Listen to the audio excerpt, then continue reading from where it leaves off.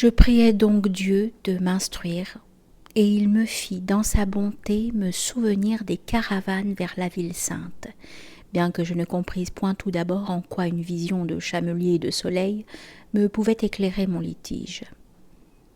Je te vis, ô mon peuple, préparant sur mon ordre ton pèlerinage. J'ai toujours goûté comme un miel unique l'activité du dernier soir, car il en est de l'expédition que tu montes comme d'un navire que tu gréerais l'ayant achevé de bâtir et qui, ayant eu sens de sculpture ou de temple, lesquels usent les marteaux et te provoquent dans tes inventions et tes calculs et la puissance de ton bras, prend maintenant sens de voyage, car tu l'habilles pour le vent.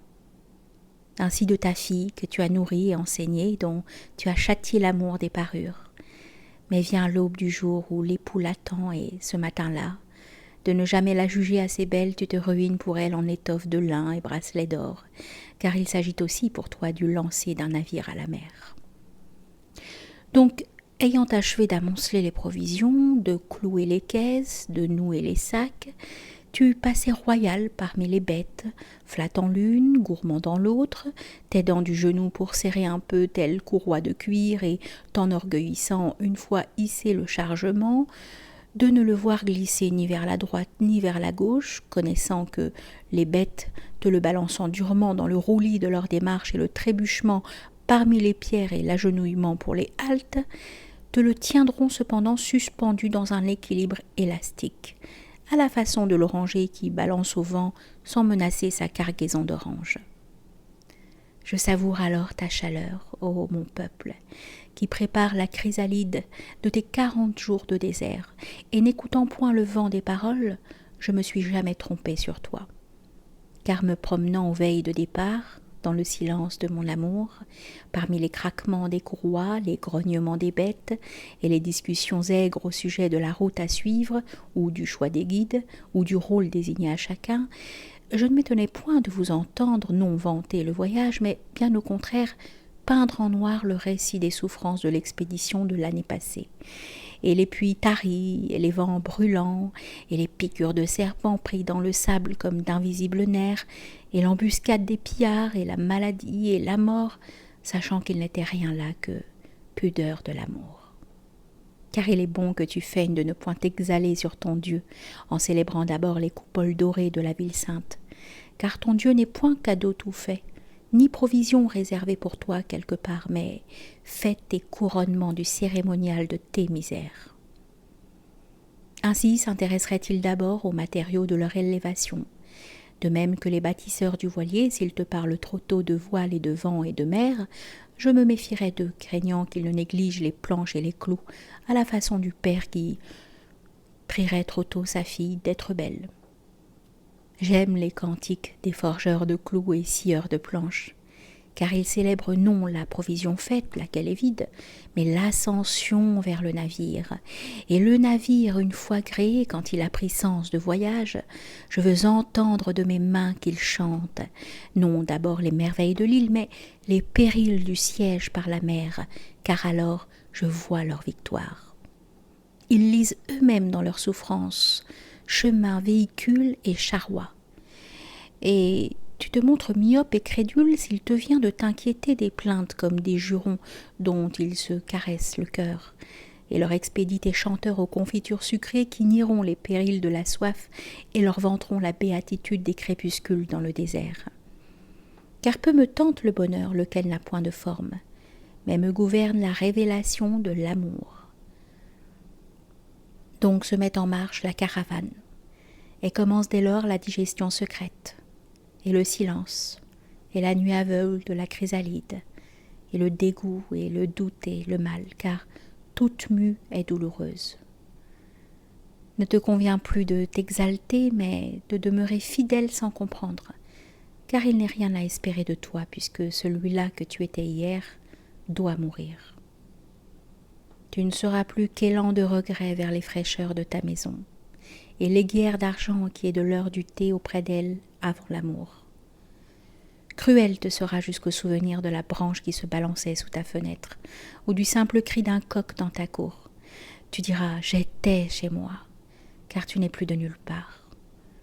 te reviendra le mystère de l'âne que tu réveillais au petit jour. Car de ton cheval ou de ton chien tu sais quelque chose puisqu'ils te répondent. Mais tu ignores de celui-là qui est comme muré au soie, s'il chérit ou non, à sa façon, son pré, son étable ou toi-même. Et te vient le besoin, de la profondeur de ton exil, de lui passer une fois encore ton bras autour du cou, de lui tapoter le museau, pour peut-être l'enchanter au fond de sa nuit comme un aveugle. Et certes, quand vient le jour du puits tari qui te suinte à peine une boue fétide, te blesse au cœur les confidences de ta fontaine. Ainsi se referme sur toi la chrysalide du désert, car dès le 3e jour tu commences d'engluer tes pas dans le bitume de l'étendue. Qui te résiste t'exalte et les coups de lutteur appellent tes coups. Mais le désert reçoit les pas l'un après l'autre, comme une audience démesurée qui engloutirait les paroles et te conduirait au silence. Tu t'épuises depuis l'aube et le plateau de craie qui marque l'horizon sur ta gauche n'a point sensiblement tourné quand vient le soir. Tu t'uses comme l'enfant qui, pelleté par pelleté, te prétend déplacer la montagne. Mais elle ignore son travail. Tu es comme perdu dans une liberté démesurée, et déjà s'étouffe ta ferveur. Ainsi mon peuple au cours de ses voyages, t'ai-je nourri chaque fois de silex et abreuvé de ronces. Je t'ai glacé de gel nocturne, je t'ai soumis à des vents de sable si brûlants qu'il te fallait t'accroupir contre terre, la tête encapuchonnée sous tes vêtements, la bouche pleine de crissements, suintant stérilement ton eau vers le soleil. Et l'expérience m'a enseigné que toute parole de consolation était inutile. Viendra, te disais-je, un soir semblable à un fond de mer. Le sable déposé dormira en meule tranquille.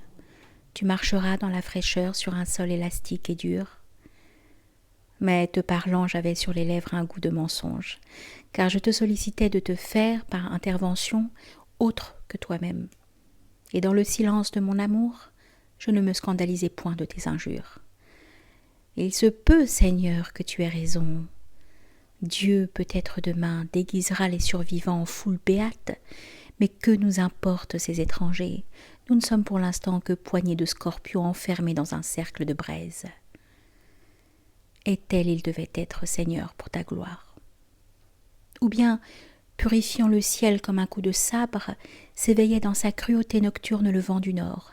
La terre nue se vidait de chaleur et les hommes grelottaient comme cloués par les étoiles. Qu'avais-je à dire? Reviendra l'aube et la lumière, la chaleur du soleil, à la façon d'un sang, se répandra doucement dans vos membres. Les yeux fermés, vous vous reconnaîtrez habités par lui. Mais ils me répondent: en place de nous, Dieu peut-être demain installera-t-il un potager de plantes heureuses qu'il engraissera dans sa bonté. Mais nous ne sommes rien cette nuit qu'un carré de seigle que le vent tourmente. Et tel il devait être, Seigneur, pour ta gloire. Alors m'écartant de leur misère, je priais Dieu ainsi. Seigneur, est digne qu'il refuse mes faux breuvages. Par ailleurs, peu importe leur plainte, je suis semblable au chirurgien qui répare la chair et la fait crier. Je connais la réserve de joie qui se trouve murée en eux, bien que j'ignore les mots qui la pourraient déverrouiller. Sans doute n'est-elle point pour cet instant. Importe que mûrisse le fruit avant qu'il délivre son miel. Nous passons par son heure d'amertume. Il n'est rien en nous que saveur acide. Il est du rôle du temps qui coule de nous guérir et de nous changer en joie pour ta gloire. Et poursuivant plus loin, je continuais de nourrir mon peuple de silex et de l'abreuver de ronces. Mais semblable d'abord aux autres, sans que rien le distinguât d'abord des innombrables pas déjà versés dans l'étendue, nous faisions le pas de miracle, fête couronnant le cérémonial de la marche, instant béni parmi d'autres instants, lequel brise la chrysalide et livre son trésor ailé à la lumière. Ainsi ai-je conduit mes hommes à la victoire à travers l'inconfort de la guerre, à la lumière au travers de la nuit, au silence du temple à travers le charroi des pierres, au retentissement du poème à travers l'aridité de la grammaire, au spectacle dominé du haut des montagnes à travers les crevasses et les éboulis de lourdes pierres, peu m'importe. Durant le passage, ton inconfort sans espérance, car je me méfie du lyrisme de la chenille qui se croit amoureuse du vol. Suffit qu'elle se dévore soi-même dans la digestion de sa mue, et que tu franchisses ton désert. Tu ne disposes point des trésors de joie scellés en toi, qu'avant l'heure il n'est point permis de déverrouiller. Certes est vif le plaisir tiré du jeu d'échecs quand la victoire couronne ton invention, mais il n'est point de mon pouvoir de t'accorder ce plaisir en cadeau hors du cérémonial du jeu.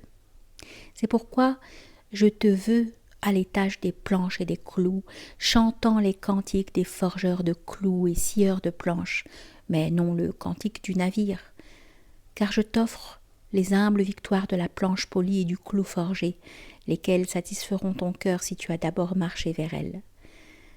Belle est ta pièce de bois quand tu luttes vers la planche polie. Belle est ta planche polie quand tu luttes vers le navire. J'ai connu celui-là qui, bien qu'il se soumît au cérémonial du jeu d'échecs, bâillait avec discrétion et te distribuait ses coups de réponse avec une indulgence lointaine, comme il en est du racorni du cœur qui consent à distraire les enfants. « Vois ma flotte de guerre, dit le capitaine de 7 ans qui t'a aligné 3 cailloux. »« Belle flotte de guerre, en vérité, » répond le racorni de cœur, qui considère les cailloux d'un œil débile. Qui néglige par vanité de considérer comme essentiel le cérémonial du jeu d'échecs ne goûtera point sa victoire. Qui néglige par vanité de faire son Dieu des planches et des clous ne bâtira point le navire. Le cracheur d'encre, qui jamais ne bâtira rien, préfère, car il est délicat, le cantique du navire au cantique des forgeurs de clous et scieurs de planches. De même que, une fois le navire gréé et lancé et jouffu de vent, en place de me parler de son litige de chaque instant avec la mer, il me célébrera déjà l'île à musique, laquelle, certes, est signification des planches et des clous, puis du litige avec la mer, mais à condition que tu n'aies rien négligé des mues successives dont elle naîtra. Mais celui-là, d'emblée à la vue de ton premier clou, pataugeant dans la pourriture du rêve, me chantera des oiseaux de couleur et des crépuscules sur le corail, lesquels d'abord m'écœureront, car je préfère le pain craquant à ses confitures, lesquels de plus m'apparaîtront comme suspectes, car il est des îles de pluie où les oiseaux sont gris, et je désirais, une fois l'île gagnée, afin d'en éprouver l'amour, entendre le cantique qui me fit retentir sur le cœur le ciel gris d'oiseaux sans couleur. Mais moi qui ne prétends point bâtir sans pierre ma cathédrale, et qui n'atteins l'essentiel que comme couronnement de la diversité, moi qui ne saisirais rien de la fleur s'il n'en était point de particulière, de tel nombre de pétales et non d'un autre, de tel choix de couleurs et non d'un autre, moi qui ai forgé les clous, scié les planches et absorbé un à un les coups d'épaule redoutables de la mer, je puis te chanter l'île pétrie et substantielle que j'ai de mes propres mains tirées des mers. Ainsi de l'amour. Si mon cracheur d'encre me le célèbre dans sa plénitude universelle, qu'en connaîtrai-je? Mais telle qui est particulière m'ouvre un chemin. Elle parle ainsi, non autrement. Son sourire est tel, non un autre. Nul ne lui ressemble. Et voici cependant que le soir, si je m'accoude à ma fenêtre, loin de buter contre le mur particulier, c'est Dieu qu'il me semble que je découvre, car il te faut des sentiers véritables avec telles inflexions, telles couleurs de la terre et tels églantiers sur les bords. Alors seulement tu vas quelque part. Qui meurt de soif fait des pas de rêve vers les fontaines, mais il meurt. Ainsi de ma pitié. Te voilà qui déclame sur les tortures d'enfants et tu me surprends à bâiller. Mais tu ne m'as conduit nulle part. Tu me dis, tel naufrage a noyé 10 enfants. Mais je ne comprends rien à l'arithmétique, et ne pleurerai pas 2 fois plus fort si le nombre est 2 fois plus grand. D'ailleurs, bien qu'ils soient morts par centaines de milliers depuis l'origine de l'Empire, il t'arrive de goûter la vie et d'être heureux. Mais je pleurerai sur tel si tu peux me conduire à lui par le sentier particulier. Et de même qu'à travers telle fleur j'accède aux fleurs, il se trouve qu'à travers lui je retrouverai tous les enfants, pleurerai non seulement sur tous les enfants, mais sur tous les hommes. Tu m'as un jour raconté celui-là, le tachu, le boiteux, l'humilié, et que haïssaient ceux du village car il y vivait en parasite abandonné, venu un soir d'on ne sait où. On lui criait « Tu es vermine de notre beau village, tu es champignon sur notre racine. » Mais le rencontrant, tu lui disais « Toi le tachu, tu n'as donc point de père ?» Et il ne répondait pas. Ou bien, car il n'avait d'amis que les bêtes ou les arbres, « Pourquoi ne joues-tu point avec les garçons de ton âge ?» Et il haussait les épaules sans te répondre, car ceux de son âge lui lançaient des pierres vu qu'il boitait et qu'il venait de loin où tout est mal. S'il se hasardait vers les jeux, les beaux garçons, les mieux taillés, se campaient devant lui. Tu marches comme un crabe et ton village t'a vomi. Tu enlaidis le nôtre. C'était un beau village marchant bien droit. Alors tu le voyais qui faisait simplement demi-tour et s'éloignait, tirant la jambe. Tu lui disais, si tu le rencontrais, « Toi, le tachu, tu n'as donc point de mère ?» Mais il ne te répondait pas. Il te regardait le temps d'un éclair et rougissait. Cependant, comme tu l'imaginais amer et triste, tu ne comprenais point sa douceur tranquille.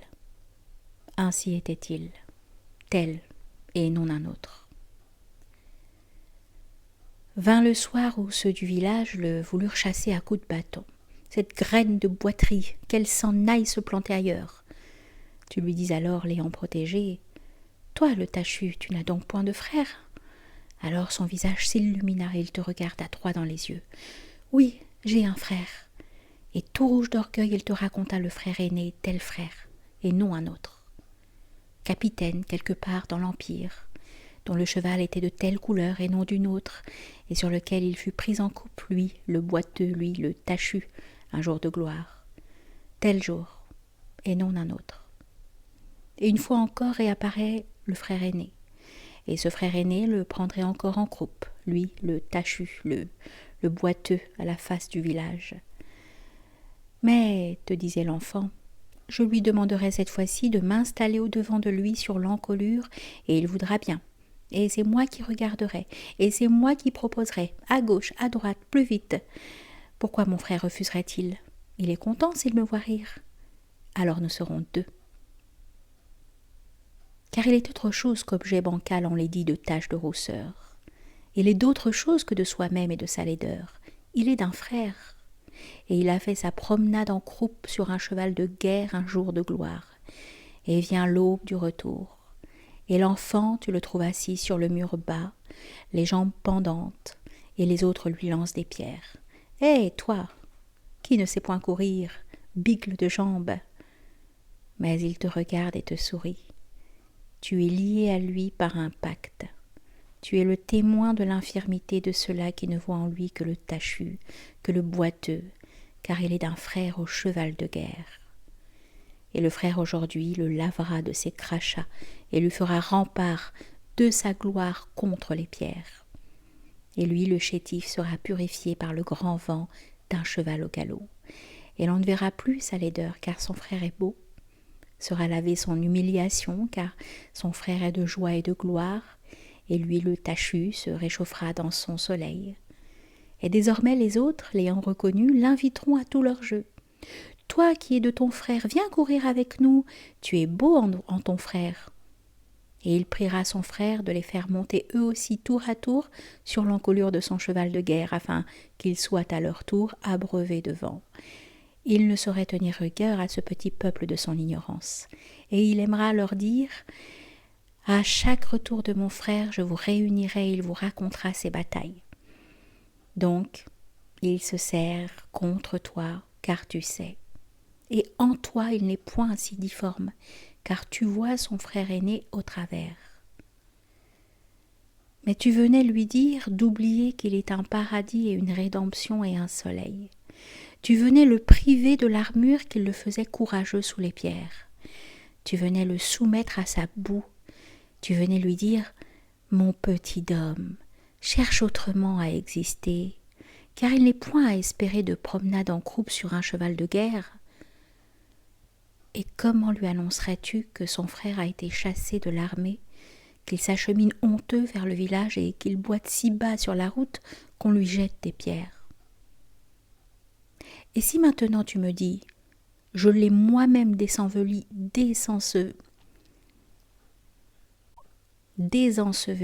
mort de la mare où il se noya, car il ne pouvait plus vivre faute de soleil. Alors je pleurerai sur la misère des hommes.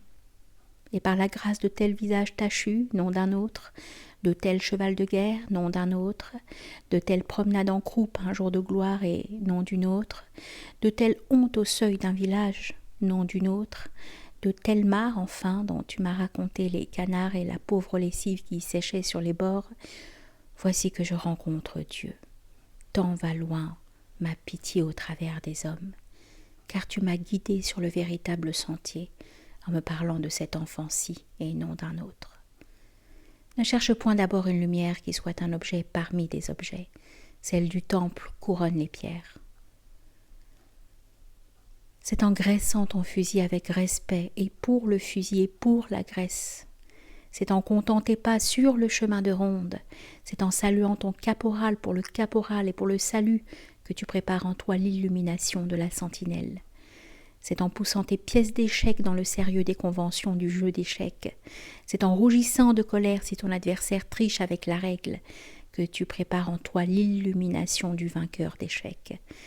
C'est en sanglant tes bêtes, c'est en grognant contre la soif, c'est en maudissant les vents de sable, c'est en butant et en grelottant et en brûlant que sous la condition que tu demeures fidèle non au pathétique des ailes qui n'est que fausse poésie à l'étage de la chenille, mais à ta fonction de chaque instant, tu peux prétendre à l'illumination du pèlerin qui sentira plus tard qu'il a fait le pas de miracle au soudain battement de son cœur. Le pouvoir m'a été refusé, aussi poétiquement que je te parlasse d'elle, de déverrouiller tes joies en réserve. Mais j'ai pu t'aider à l'étage des matériaux. Je t'ai parlé sur l'entretien des puits, sur la guérison des ampoules des paumes, sur la géométrie des étoiles, comme tout aussi bien sur les nœuds des cordes, quand une de tes caisses glissait de travers.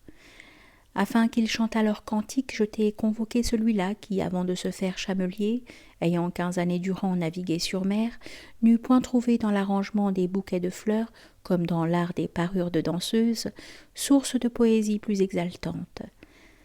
Il est des nœuds qui t'amarrent un navire et qu'un doigt d'enfant fait s'évanouir rien qu'en les frôlant. D'autres qui paraissent plus simples que l'ondulation du cou d'un cygne. Mais tu peux soumettre l'un d'eux à ton camarade et parier contre sa victoire. Et s'il tient le pari, tu n'as plus qu'à bien t'installer pour rire à ton aise, car de tels nœuds rendent furieux. Et mon professeur n'oubliait pas, dans la perfection de ses connaissances, bien qu'il fût borgne, dévié de nez et exagérément bancal, les boucles frêles dont il convient que tu fleurisses le présent pour la bien-aimée. La réussite n'étant parfaite qu'à condition que la bien-aimée te les puisse dénouer du geste même qui cueille les fleurs. Alors, te disait-il, ton présent fin l'émerveille et elle pousse un cri. Et tu fermais les yeux tant il était difforme quand il mimait le cri d'amour. Pourquoi me serais-je offusqué de détails qui faussement te semblent futiles ? Le marin célébrait un art dont il savait par expérience qu'il permettait de transfigurer une simple corde en câble de remorque et sauvetage. Puisqu'il se trouvait qu'il fût pour nous condition de notre ascension, j'accordais au jeu valeur de prière. Mais certes, peu à peu au long des jours, quand ta caravane s'est usée, tu ne sais plus agir sur elle, et te manque le pouvoir des simples prières qui sont des nœuds de cordes ou des sangles de cuir, ou du désemballement des puits secs ou de la lecture des étoiles. Autour de chacun s'est épaissie la carapace du silence, et chacun se fait aigre du langage, ombrageux d'oreilles et dur de cœur. Ne t'inquiète point, déjà la chrysalide se brise. Tu as contourné quelque obstacle, tu as escaladé un tertre. Rien ne distingue encore le silex et les ronces du désert où tu peines, des silex et des ronces d'hier, et voici que tu cries « La voilà !» avec de grands battements de cœur. Tes compagnons de caravane se pressent pâles autour de toi, tout vient de changer dans vos cœurs comme au lever du jour. toutes les soifs, toutes les ampoules des pieds et des paumes, tous les épuisements de midi sous le soleil, tous les gels nocturnes, tous les vents de sable qui crissent aux dents et qui aveuglent, toutes les bêtes abandonnées, tous les malades et jusqu'aux compagnons bien-aimés que vous avez ensevelis, vous sont remboursés d'un seul coup au centuple.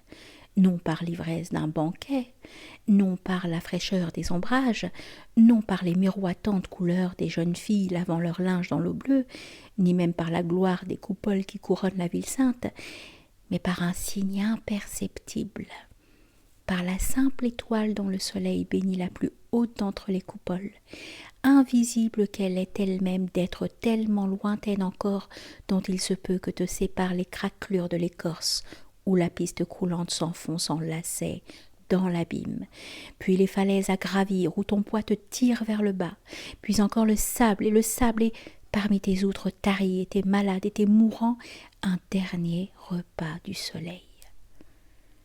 Les provisions de joie mûraient en vous et qu'il n'était point de discours pour déverrouiller, voici que brusquement au cœur des silex et des ronces, là où le sable a des serpents pour muscles, une étoile invisible, plus pâle que Sirius, observée par les nuits de Simoun, si lointaine que ceux d'entre vous qui n'ont point le regard d'un aigle n'en reçoivent rien, si incertaine qu'à peine le soleil aura-t-il quelque peu tourné, elle s'éteindra, un clin d'œil d'étoile. Et non même pas ce clin d'œil d'étoile, mais pour ceux qui n'ont point vision d'aigle, le reflet dans les yeux de celui qui voit d'un clin d'œil d'étoile, le reflet d'un reflet d'étoile vous transfigure. Toutes les promesses ont été tenues, toutes les récompenses ont été accordées, toutes les misères ont été remboursées au centuple parce qu'un seul d'entre vous, dont le regard est d'aigle, a brusquement fait halte et montrant de son doigt une direction dans l'espace a dit « Voilà, tout est conclu. Tu n'as rien reçu en apparence. Cependant tu as tout reçu. Te voilà rassasié, pensé, abreuvé. Tu dis « Je puis mourir, j'ai vu la ville, je meurs béni. » Ne s'agit point ici non plus d'un contraste de faible vertu, comme il en serait de l'étanchement de la soif après la soif. Je t'ai dit leur pouvoir de misère. Et où vois-tu que le désert est déjà dénoué son étreinte? Ne s'agit point ici de changement de destinée, car ne t'ampute point de ta joie l'approche de la mort, si l'eau manque. Mais il se trouve que t'as fondé le cérémonial du désert et que de t'y être soumis jusqu'au bout, tu accèdes à la fête, laquelle est apparition pour toi d'une abeille d'or. Ne crois pas qu'en rien j'exagère. Je me souviens du jour où, m'étant égaré sur des plateaux inviolés, me parut tendre quand je retrouvais les traces de l'homme de mourir parmi les miens. Or rien ne distinguait un paysage de l'autre, sinon de faibles marques dans le sable, à demi effacées par le vent. Et tout était transfiguré. Et moi, qu'ai-je vu qui prend pitié de toi, mon peuple dans le silence de mon amour? Je t'ai observé qui sanglait les bêtes, qui marchait vidé de toi-même par le soleil, qui crachait le sable, qui injuriait parfois ton voisin, à moins que d'accumuler des pas semblables tu ne préfasses le silence, tu ne préférasses le silence. Je ne t'ai rien donné que repas avares, soif permanente, brûlure du soleil et ampoule des paumes. Je t'ai nourri de silex et abreuvé de ronces. Puis, l'heure venue, je t'ai montré le reflet d'une abeille, et tu m'as crié ta reconnaissance et ton amour. Oh, mes dons sont légers d'écorce, mais qu'importe le poids ou le nombre, je pus rien qu'en ouvrant la main délivrer une armée de cèdres qui escaladera la montagne. Suffit d'une graine.